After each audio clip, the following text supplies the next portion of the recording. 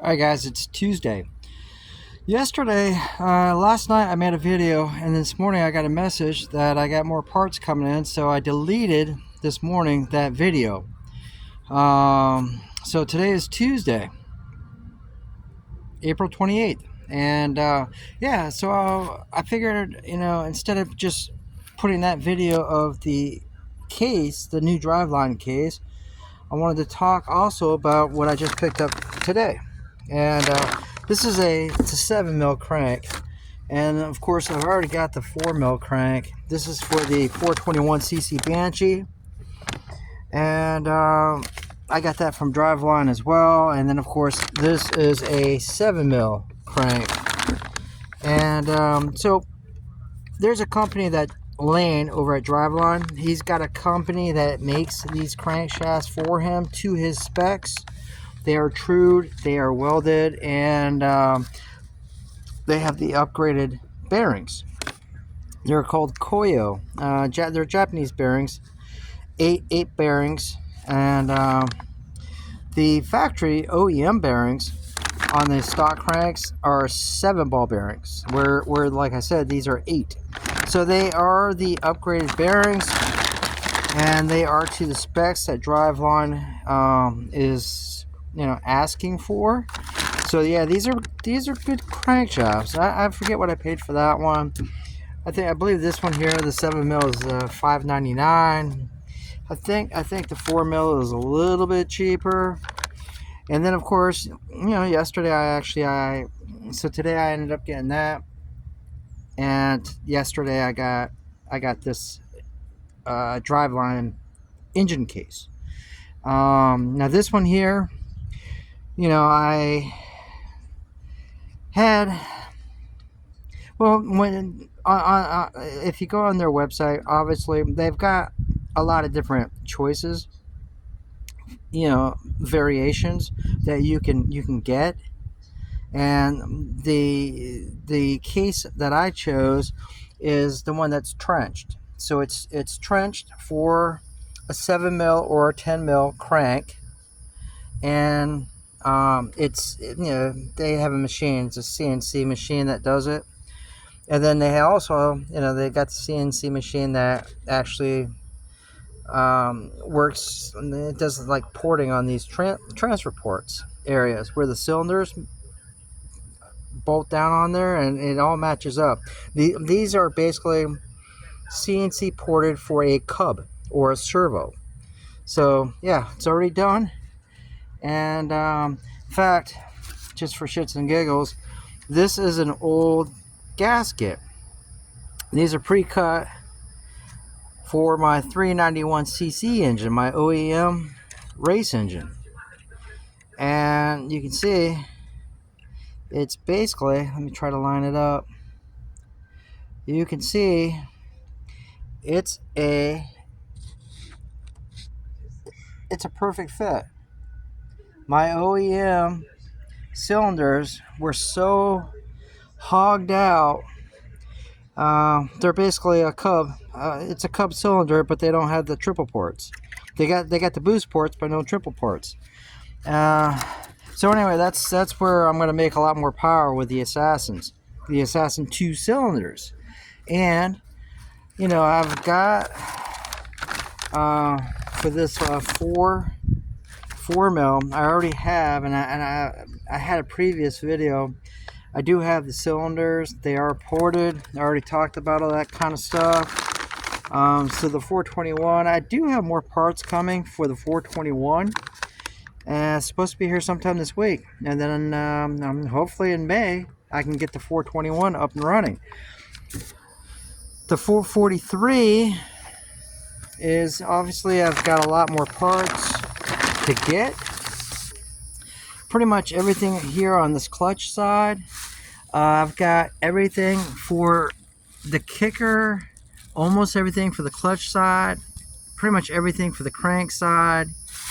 So yeah, but I got a few more pieces I need to get. There's a lot of parts that make this work. But anyway, let's talk about this Driveline case. They did some improvements on it. This is where the kicker assembly.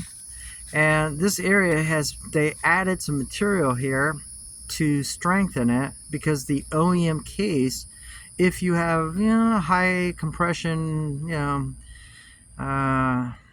engine and you're kicking your bike over, this area sometimes cracks. So they added material here, which makes it a little bit stronger. And they actually installed that for me, which is kind of nice. So that they installed, and it's got the front engine mount, it's got the rear engine mount, the bearing for the clutch actuator is already in there. They add extra material here for the mating surface of the cylinders. There is a little extra material there. That's nice. Let's flip it around. This is basically where the rear sprocket, or I'm sorry, the front sprocket is. And there is a bag of goodies. So I've got two plugs. One goes there, one goes there. This is where the stator goes and the flywheel. I did notice that they mounted, there's a bushing right there. They already mounted it. That's really cool. And they also mounted in the back here, there's a little breather, and they went ahead and mounted that. And let's see, let me flip it upside down, show you what it looks like underneath. Now these things, like I already said, this one here, the CNC, they trenched it up to either a 7 or a 10 mil crankshaft. But from what I understand, these are capable of being trenched up to a 14 mil crank. And you can see the difference here. They've added a lot of material in here. So that is for, obviously in the future, anybody that wanted to run a much bigger crankshaft, they had that option. So anyway, Driveline did already put the studs in here for me. You can see they put a nut on there just to hold the two halves together. But yeah, this is a really nice piece. You can find these on the website. They're about $1,000 for the complete,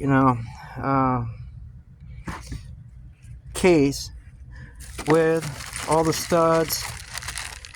And these are the studs that go up top, and of course it's got these little they're like dowel pins, whatever, and they go inside. It's what holds it keeps the alignment of the engine cases, keeps them in alignment, I should say. And then there's one that goes over on the side here somewhere, I forget exactly, but it holds the engine case, or I'm sorry, the clutch cover on there. It's like it basically helps position it. So anyway, yeah, that's a product review of my new parts that are coming in for obviously the 443 and the 421. And yeah, these are, from what I understand, these are really good crankshafts. They got the upgraded bearings on them.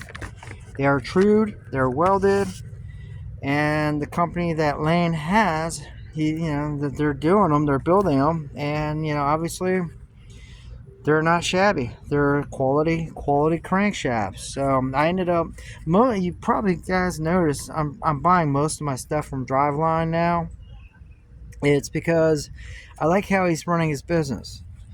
Lane is doing a really good job. His customer service is absolutely amazing. His product knowledge is absolutely amazing. They do a lot of dyno work and testing and tuning of these parts. They actually, like I said, these are Driveline cases. They actually figured out what's wrong with the OEM case, and they improved it. By adding a little bit of material here and a little material there, and offering options like, you know, CNC on these transfer ports, or, you know, just trenching. Let me see if I can get a little up close. I don't know if I got enough light. Get my camera to focus. Maybe over here.